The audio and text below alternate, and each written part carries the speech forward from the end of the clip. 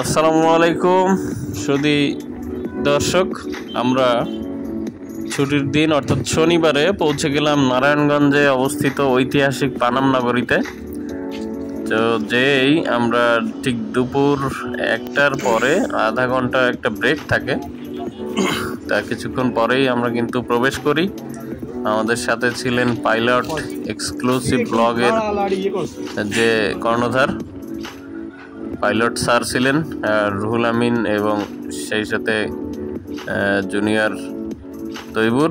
তো আমরা কিন্তু প্রথমে রিক্সা করে মেট্রো রেল যাই, উত্তরা থেকে সচিবালয়ের উদ্দেশ্যে আমরা কিন্তু মেট্রো রেলে চড়ি, এবং এইটাই আমার প্রথম অভিজ্ঞতা ছিল মেট্রো রেলে চড়ার, এবং খুবই আনন্দদায়ক।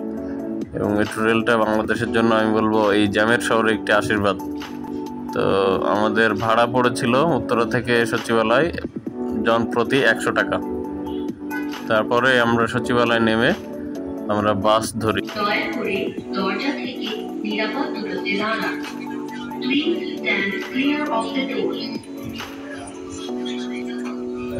তো সচিবালয় নেমে আমরা কিন্তু কিছু দূর হাঁটা পথে যে আমরা দোয়েল বাস ধরি, এবং সেটাতেই কিন্তু পানাম সিটির ঠিক আগে আমাদেরকে নামিয়ে দেয়। এই যে দোয়েল বাস, এগুলো কিন্তু যথেষ্ট ভালো। আমরা একটা ইজি বাইকে করে একেবারে এই পানাম সিটির যে প্রবেশদ্বার সেখানে পৌঁছে যায়।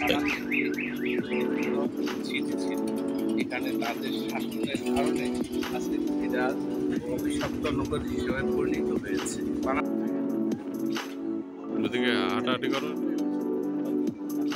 তো এই দোকানি ভাই উনি বলছিলেন যে এই নগরীটি এখন কিন্তু একটা অভিশপ্ত নগরীতে পরিণত হয়েছে। তারপরেই আমরা লাঞ্চ করে নেই। আমাদের পাইলট ভাই অনেক আন্তরিকতার সাথে আমাদেরকে লাঞ্চ করালেন, এবং তারপরে আমরা এখানে আমি দেখতে পেলাম যে অনেক বড় বড় পেঁপে ধরেছে এখানে।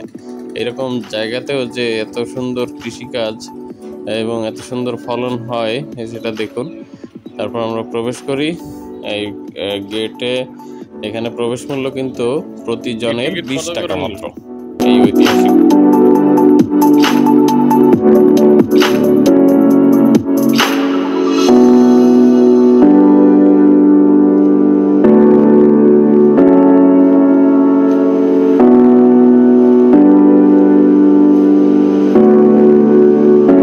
তারপর আমরা এই পুরো পানাম শহরটা কিন্তু ঘুরে ঘুরে দেখতে থাকি, এবং এর প্রত্যেকটি টেরাকোটা, প্রত্যেকটি যে পুরনো বাড়ি সেগুলো আমরা দেখতে থাকি। একটা সময় কিন্তু এই জায়গাটাতেই বাস করতেন বণিক শ্রেণী, যারা কিন্তু এই দেশ থেকে এই ঢাকায় মসলিন ইউরোপে রপ্তানি করতেন, এবং ইউরোপ থেকে থান কাপড় এই দেশে আমদানি করা হতো। এবং তার পরবর্তীতে ব্রিটিশ আমলে কিন্তু এখানে নীল চাষাবাদীরা ব্যবসা বাণিজ্য শুরু করেন, এবং নীলের যে রমরমা বাণিজ্য সেটি কিন্তু এই অঞ্চলে, এই শহরেই হতো। আর এটি 1813 সালের দিকের কথা। তখন এখানে বহু বাণিজ্য গড়ে উঠেছিল। তার পূর্বে 15 শতকের দিকে এখানে কিন্তু ইসাকা তার বাংলার প্রথম রাজধানী স্থাপন করেছিলেন এই সোনারগাঁওয়ে। বর্তমানে কিন্তু এটা সুবর্ণ গ্রাম নামে ডাকা হয়। এখানে কিন্তু গেরিলা নামক একটি মুভি করা হয় 1971-এর বাংলার প্রকৃতি দেখানোর জন্য এটাকে ব্যবহার করা হয়েছিল। আর তাছাড়া একটা ডকুমেন্টারিও কিন্তু করা হয়। আর এখানে যেটা হতো যে ইস্ট ইন্ডিয়া কোম্পানি তাদের যে বাণিজ্যিক কার্যক্রম সেটি কিন্তু পরিচালনা করে এই নগরী থেকে, এবং তার পরবর্তীতে কিন্তু এই সোনারগাঁওয়ে সড়ক এবং সেতু নির্মাণ কাজ শুরু হয়। আর এই পানাম নগরীতে শুধুমাত্র যে এই পোড়ামাটির বা এই ইটের বাড়িগুলো রয়েছে তা নয়, এখানে কিন্তু ঘাট, মসজিদ, তাছাড়া গির্জা, গোসলখানা, মন্দির, নাচঘর, পান্থশালা, চিত্রশালা, খাজাঞ্চিখানা, এরকম অনেক ধরনের দরবার কক্ষ বা গুপ্ত পথ, এই ধরনের বিষয়গুলো কিন্তু এখানে রয়েছে। অনেক পুরনো জাদুঘর, সেটি কিন্তু এই সোনারগাঁওয়ের পাশেই কিন্তু রয়েছে, এখনও দেখা যায়, সেটি অক্ষত রয়েছে। আর এখানে যে সুলতানি আমলে সুলতান আলাউদ্দিন হোসেন শাহী একটি মসজিদও কিন্তু এই পানাম সিটিতে রয়েছে। নীলকুঠি রয়েছে একটি, এখানে যেখান থেকে নীলের যে ব্যবসা বাণিজ্য হতো সেই জায়গাটা এখানে কিন্তু রয়েছে। আরেকটি উল্লেখযোগ্য ঘটনা রয়েছে এই পানাম নগরী নিয়ে, সেটি হচ্ছে সুলতান গিয়াসউদ্দিন আজম শাহ সুলতান কিন্তু হাফিজকে, বিখ্যাত কবি পারস্যের, সে হাফিজকে কিন্তু আমন্ত্রণ জানিয়েছিলেন, কিন্তু কবি হাফিজ এখানে আসতে পারেননি। আমন্ত্রণে সাড়া দিয়েছিলেন কিন্তু আসতে পারেননি, তো একটি কবিতা লিখে পাঠান তিনি। তো সেই সূত্র ধরে ফার্সি একজন পর্যটক এখানে এসে মুগ্ধ হয়ে গিয়েছিলেন এই নগরীর সৌন্দর্য দেখে। তো আপনারা অবশ্যই ছুটির দিনগুলোতে এখানে আসবেন, নিজের পরিবারের সাথে আসবেন এবং এই নগরীটাকে এক্সপ্লোর করবেন, দেখবেন এবং নিজের বাচ্চাদেরকে শেখাবেন এই বাংলাদেশের ঐতিহ্য, ইতিহাস, যেগুলো এখন ধ্বংসের পথে। প্রতিটা ইটের ভাঁজে ভাঁজে রয়েছে এর ইতিহাস।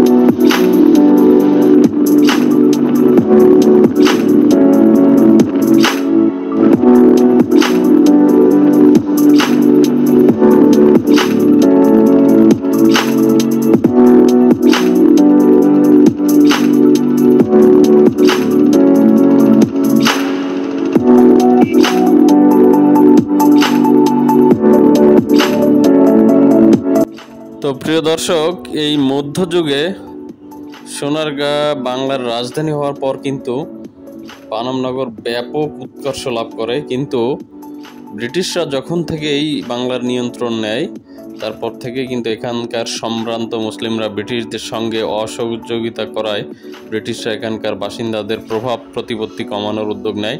আর একই সঙ্গে তারা এখানে যে উচ্চ বর্ণের যে হিন্দুরা ছিলেন সেই হিন্দুদের কিন্তু সহায়তা করেন এবং পুনর্বাসন শুরু করে। ফলে এখানে ক্রমে হিন্দু ব্যবসায়ীদের অবস্থান তৈরি হয়।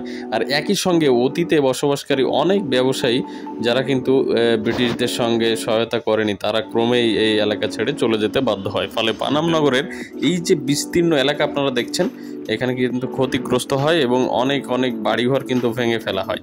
তো এইভাবে এই পানাম নগরের যেটা আপনারা দেখছেন যে দুই ধারের পুরনো যে বাসভবনগুলো দেখছেন আপনারা, এই ভবনগুলো কিন্তু মূলত ব্রিটিশদের সহায়তায় গড়ে ওঠে ঊনবিংশ এবং বিংশ শতাব্দীর উচ্চ যে হিন্দু বর্ণের ব্যবসায়ী ছিলেন তাদের দ্বারাই।